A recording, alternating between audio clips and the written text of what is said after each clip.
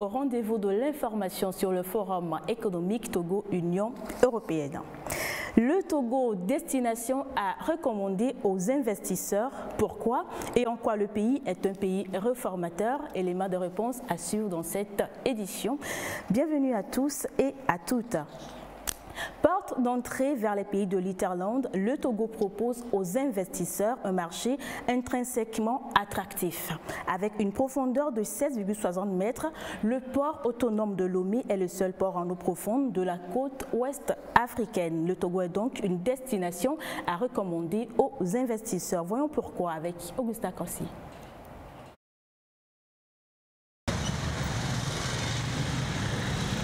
Le Forum économique Togo-Union européenne, une nouvelle stratégie de développement orientée vers le secteur privé, avec un port en eau profonde capable d'accueillir des navires de dernière génération et un climat des affaires en nette amélioration. Le Togo est indexé comme une destination à recommander aux investisseurs.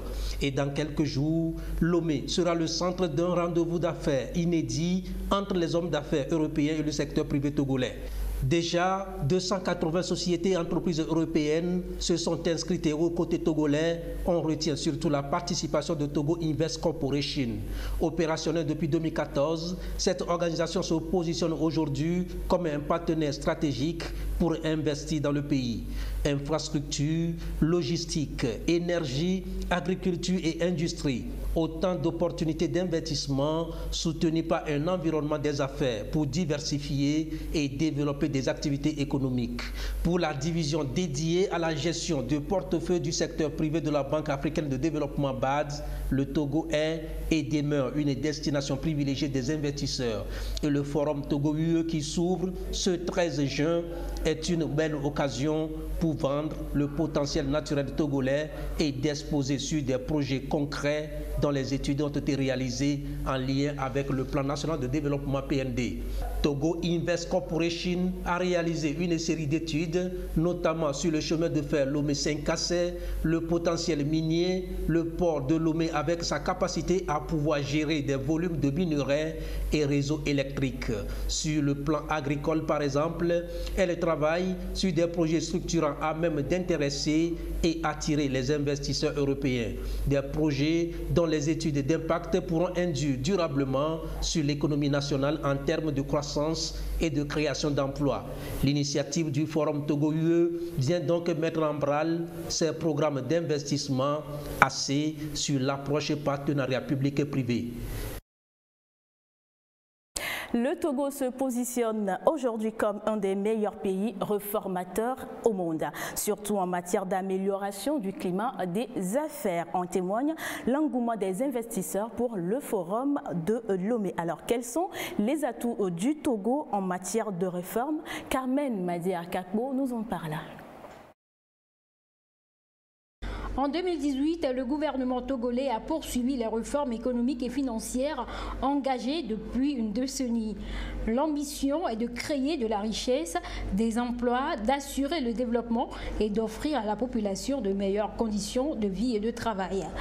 Consolider la croissance et confirmer la relance de l'économie, tels sont les objectifs assignés au ministre de l'économie et des finances Sani Aya. Ce dernier est d'ailleurs classé dans le top 10 des meilleurs ministres africains des finances selon l'Africa Performance Index API. Le grand dossier qu'aura à gérer Sani Yaya en 2019 est celui du Plan national de développement PND.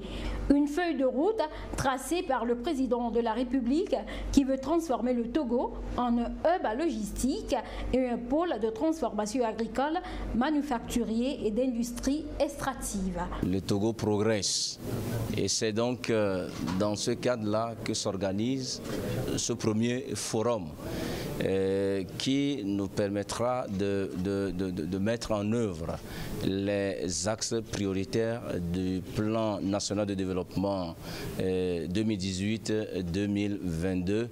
Le PND a une valeur financière très importante, c'est un plan ambitieux du gouvernement qui est évalué à 4 622 milliards de nos francs CFA, dont le gouvernement attend à ce qu'ils soient financés essentiellement par le secteur privé, qui est le moteur de la croissance. Les 2 tiers de ce plan-là doivent être portés par le secteur privé, bien entendu togolais comme étranger. Le Togo possède des atouts naturels.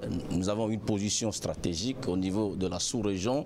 Nous avons le seul port en eau profonde de la sous-région. Nous voulons donner l'opportunité au secteur privé Union européenne de découvrir qu'il y a un grand marché qui peut être exploité de plus de 300 millions d'habitants dans notre sous-région. Le ministère de l'économie et des finances est parvenu à faire adopter par l'Assemblée nationale une série de tests relatifs à la modernisation de la collecte des impôts, des taxes douanières et des procédures fiscales. Selon l'exposé des motifs qui a accompagné le projet de loi portant Code général des impôts et des procédures fiscales, les taxes et impôts suivants sont supprimés. Taxes sur les véhicules de société, taxes complémentaires à l'impôt sur le revenu, taxes complémentaires sur le salaire, taxes foncières sur les propriétés insuffisamment bâties, taxes spéciales sur la fabrication et le commerce des boissons, impôts sur le revenu des transporteurs routiers. En plus, une nouvelle modalité d'imposition est intégrée dans la formule de la taxe professionnelle unique.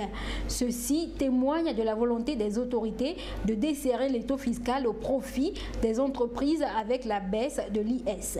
Pour 2019, tous les impôts sur les revenus, les bénéfices et le gain en capital devront rapporter en recettes au budget de l'État pas moins de 166 milliards 450 millions de francs CFA.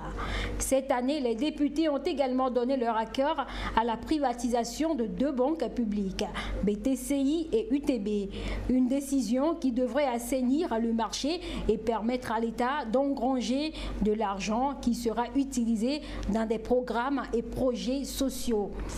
Les avancées en matière de gestion publique et de bonne gouvernance ont été saluées à plusieurs reprises par le Fonds monétaire international FMI, attestant du sérieux de la politique gouvernementale, ce qui a amené le fonds à approuver le 4e décaissement de 34 900 000 $ américains, soit un peu plus de 17 milliards de francs CFA. Le forum de Lomé s'ouvrira dans exactement 5 jours et les rencontres préparatoires se multiplient. Des membres du gouvernement ont rencontré à Paris de potentiels investisseurs. Sonia Amenikbo nous fait le point de cette rencontre. L'événement est prévu pour les 13 et 14 juin prochains. Première rencontre d'affaires dans l'histoire économique du Togo, le Forum économique Togo-UE va être essentiellement consacré aux investisseurs togolais et européens.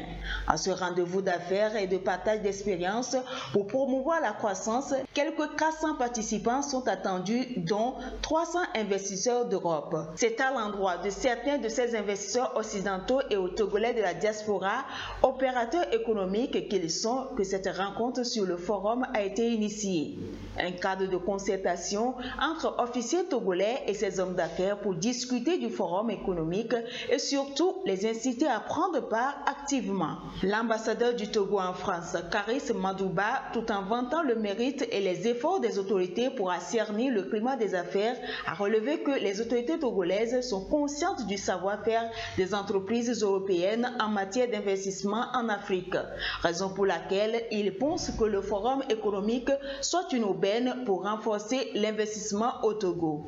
Dans leurs exposés, le ministre en charge du commerce, de l'industrie, du développement du secteur privé, de la promotion de la consommation locale, Kodjo Adédé, la ministre en charge du développement à la base, de l'artisanat et de la jeunesse, Victoire Tomega Dogbe, de même que la ministre déléguée chargée du climat des affaires, Madame Johnson, et le conseiller du président de la République, Malik Nachamba, ont tour à tour souligné l'importance de cette opportunité d'affaires pour les opérateurs économiques. Ces interventions ont permis aux investisseurs présents de s'imprégner de ce qui est prévu dans le plan national de développement initié par le gouvernement togolais et de l'apport attendu des hommes d'affaires pour la création des emplois et de la richesse, tout en relevant que les préparatifs vont bon train pour le bon déroulement de cette rencontre capitale.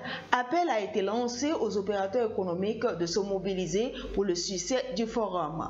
Pour le président de la Chambre de commerce et d'industrie du Togo, Germain Meba, la mise en place du cadre de concertation secteur public et privé qui permet à présent d'échanger sur l'ensemble des problèmes du secteur privé et des problèmes qui minent le secteur est une volonté manifeste du gouvernement de faire du secteur privé l'acteur principal dans le PND, notamment son financement et la création de l'emploi. Les discussions entre les participants et les officiels togolais ont permis à ceux-ci d'être mieux éclairés sur certains aspects du forum et des mécanismes pour l'investissement au Togo. Et ainsi s'achève cette tranche d'information. Merci à vous de l'avoir suivi. Rendez-vous demain, même heure, même chaîne et surtout même plaisir. Au revoir.